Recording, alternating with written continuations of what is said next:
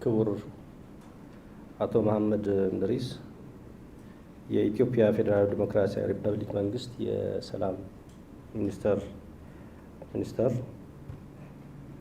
የተከበሩ ዶክተር አማኑኤል ፈረደ በምክትል ርዕሰ መስተዳድር ማዕረግ በአማራ ክልል የአስተዳደር ጉዳዮች አስተባባሪ፣ ኮሎኔል ፈንታሁን ሙሀባ የአፋሕድ ምክትል ሊቀመንበርና ወታደራዊ አዛዥ፣ ረዳት ፕሮፌሰር ኢያሱ አባተ የአፋሕድ ወታደራዊ አስተዳደር መምሪያ፣ የአፋሕድ የስራ አስፈጻሚ ኮሚቴ አባላት፣ ጄኔራል መኮንኖች፣ ከብሔራዊ መረጃና ደህንነት ይህን ስራ ከጀርባ ሆናችሁ ስትመሩ ስታስተባብሩ የነበራችሁ ወንድሞችና እህቶች እንኳን ለዛሬው ዕለት ተገናኘን፣ እንኳን ደህና መጣችሁ ለማለት እወዳለሁ።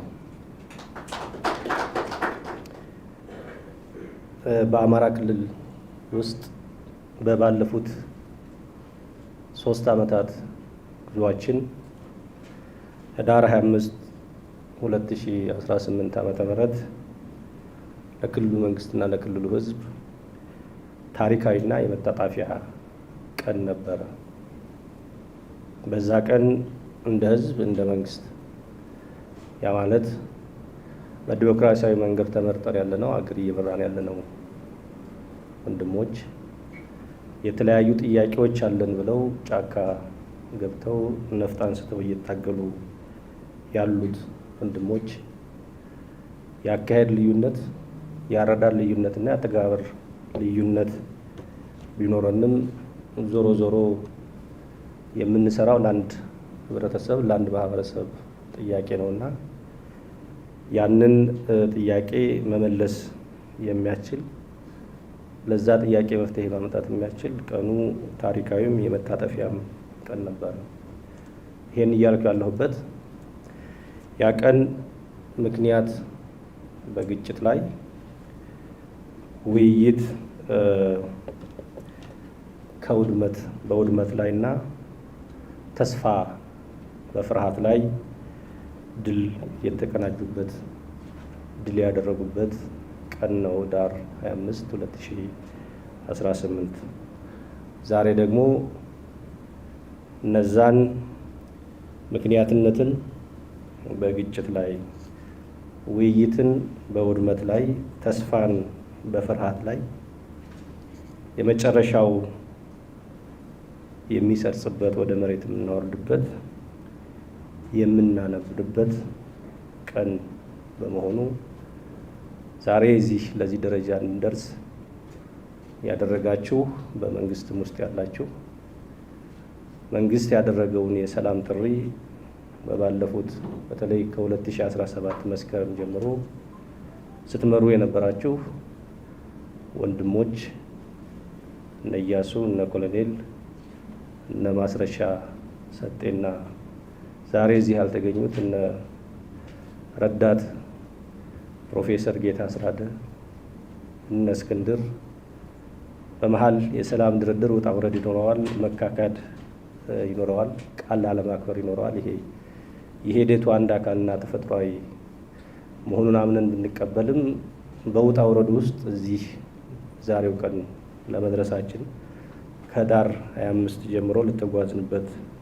ጉዞ ትልቅ አስተዋጽኦ ነበራችሁና ትልቅ መስዋዕትነት ከፍላችኋልና ለእኛም ለመንግስት መዋቅሩ ለእናንተም ምስጋናና ክብር አለኝ።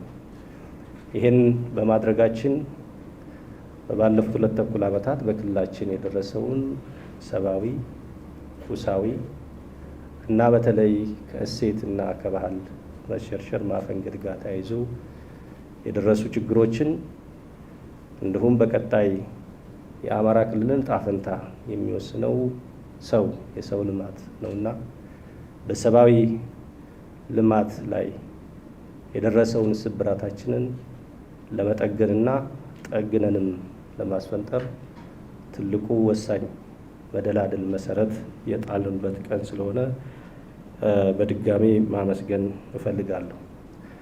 ዛሬ እያደረግን ያለነው የማስፈጸሚያ በአፋሕድና በአማራ ክልል መንግስት መካከል የተፈረመውን የዘላቂ ሰላም ስምምነት ወደ መሬት ለማውረድ ውይይት እያደረግንበት ባለው ቀን ቅድም ሁለቱም ወንድሞቼ እንደተናገሩት የአይጥና የድንቢጥ ጉባኤ እያደረጉ የአማራ ክልልን እድገትና ብልጽግና ወደኋላ ለመጎተትና የኢትዮጵያን ብሔራዊ ጥቅም ለመጉዳት የሚንቀሳቀሱ የሚያሰሩ ባዕዳንና ባንዳዎችን በተግባር በእውነተኛነት እና በወንድማማችነት በሀቅና ታማኝነት ድል ያደረግንበት ተግባራዊ ድል ያደረግንበት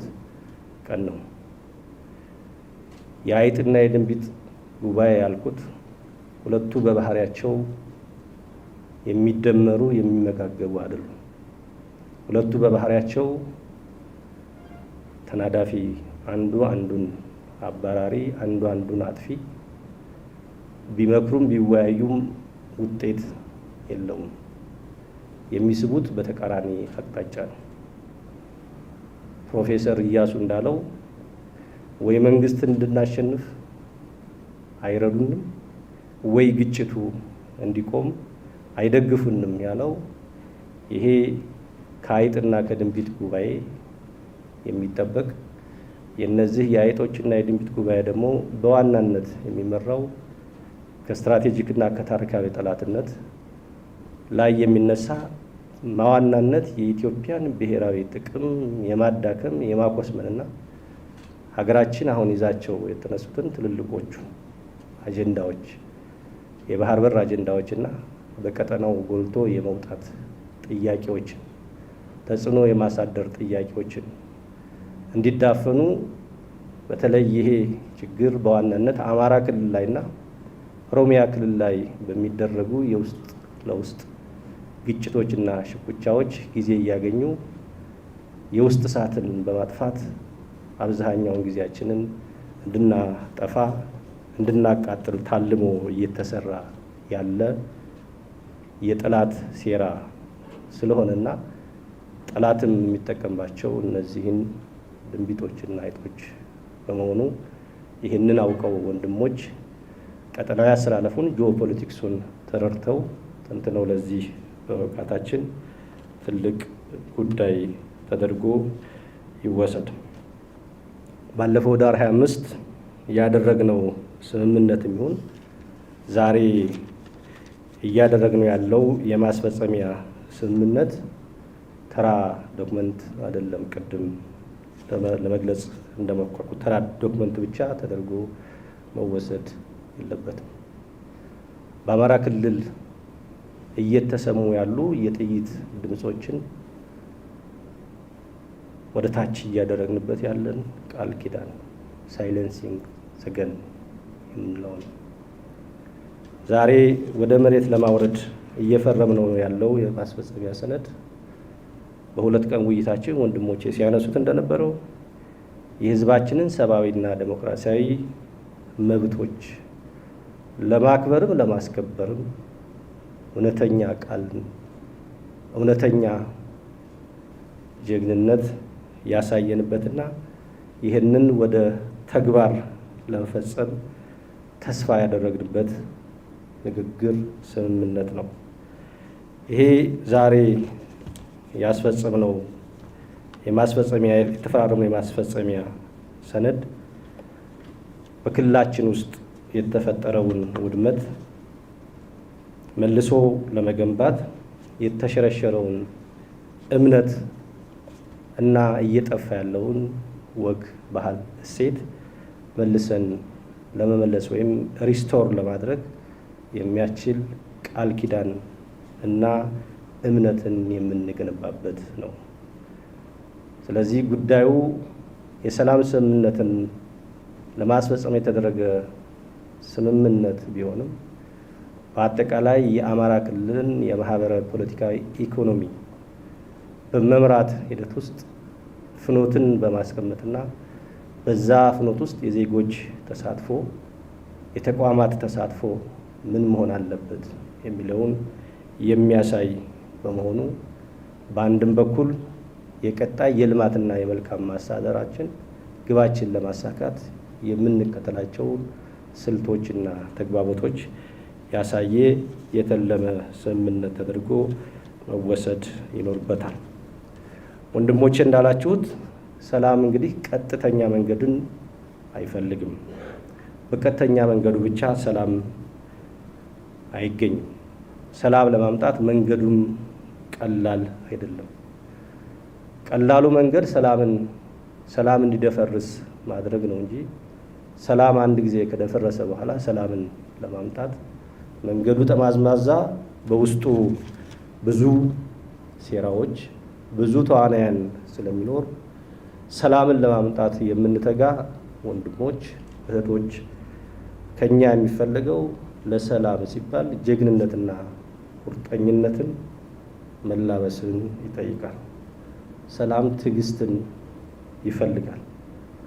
ፍላጎቶቻችንን ማመቻቸት፣ ማቻቻል፣ የአንዳችን ፍላጎት ለአንዳችን ኮምፕሮማይዝ እንዲሆን አድርገን መምራትና በዛ ላይ መንቀሳቀስን ስለሚፈልግ በሂደቱ ውስጥ የገጠመን እያንዳንዱ ነገር እስከ ትናንት ድረስ ስንወያይ ያጋጠመን የነበረው ነገር ዛሬ ጧት ድረስ ያጋጠመን ነገር ሰላም በቀጥተኛ መንገድ ስለማይገኝ ሰላም ከተፈጠረ የአማራ ክልልና የኢትዮጵያ መንግስት ለሰላም በሰሩ ጊዜ ጥቅማቸው የሚነካ የውስጣችን ባንዳዎች የውጭ ባዕዳኖች በውስጣችንም ስላሉ እና ጥቅማቸው ስለሚነካ መንገዱ ውስብስብና ዚግዛግ ቢሆን የእናንተ የወንድሞቻችን ተፈጥሮ የኛ ተፈጥሮ ሆኖ ሳይሆን ጠላት በዚህ ጉዳይ ላይ የሚሰራበትና ጥቅሙን ለማስከበር የሚሄድበት መንገድ መሆኑን አውቀን ከኛ የሚጠበቀው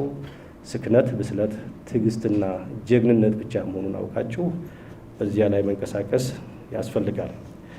ስለሆነም ለቀጣይ ለዘላቂ ጸጥታችን፣ ለቀጣይ ለዘላቂ ልማታችንና ውስጣዊ አንድነታችን ብቸኛው መንገድ ሰላም ብቻ መሆኑን አውቀን ከፊርማችን በላይ ለቃላችን ለተግባራችን ታማኝና ጸንተን በመስራት ክልላችን ከገባበት ሁለንተናዊ ጉስቁልና፣ ሁለንተናዊ ውድመት መመለስ የምንችልበትና በዚህ ውስጥ የሀገራችንን ሰላምና ጸጥታ በዘላቂነት ለማጽናት እና ለማንበር እንድንችል እንደ እስከ ዛሬው እጅ ለእጅ ተያይዘን እንድንሰራ በዚህ አጋጣሚ ጥሬን ማስተላለፍ እፈልጋለሁ።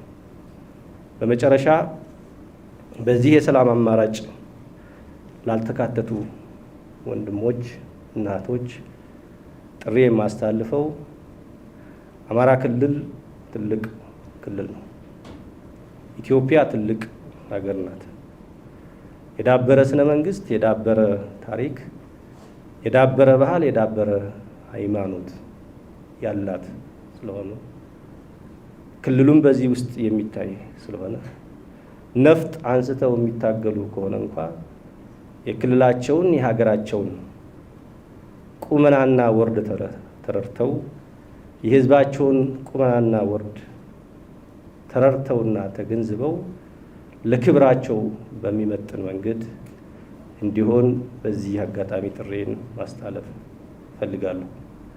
እኛን የሚተኮስ ጥይት የአንድ የሁለት ቀን ልማት ያደናቅፍ ካልሆነ በስተቀር የኢትዮጵያን አጠቃላይ ፖለቲካዊ፣ ኢኮኖሚያዊ ሁኔታ የማስተጓጎል እንዲቆም የማድረግ አቅም የሌለው መሆኑን አውቀው ከድንቢጦችና ከአይጦች ጋር መተባበራቸውን እና ለነሱ ተላላኪ መሆናቸውን በማቆም ለሀገራቸው ሰላም፣ ለሀገራቸው ጸጥታ፣ ለሀገራቸው ዘላቂ ልማትና ዴሞክራሲ እንዲሰሩና ሁሉንም መንገድ ከጥይት ውጭ ያሉትን ሁሉንም ሰላማዊ አማራጮች ተከትለው ህዝባቸውን ለማገልገል ያደረሱትን ኪሳራና ውድመት ለመካስ እንዲችሉ መንግስት በድጋሚ የሰላም ጥሪውን ያስተላልፋል።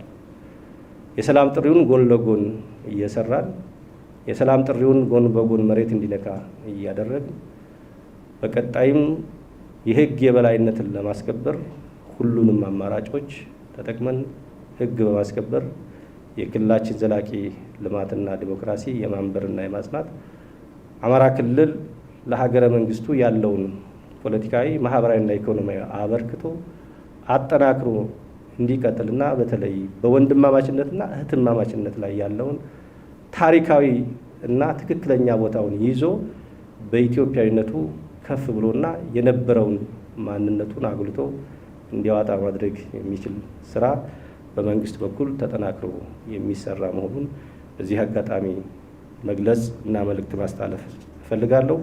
ወንድሞቼ ለከፈላችሁት መስዋዕትነት፣ ለሰላም ብላችሁ ለከፈላችሁት መስዋዕትነት ሁሉ በድጋሚ በራሴና በአማራ ብሔራዊ ክልላዊ መንግስት ስም ላመሰግን እወዳለሁ። አመሰግናለሁ። አክባሪ ይስጥልኝ።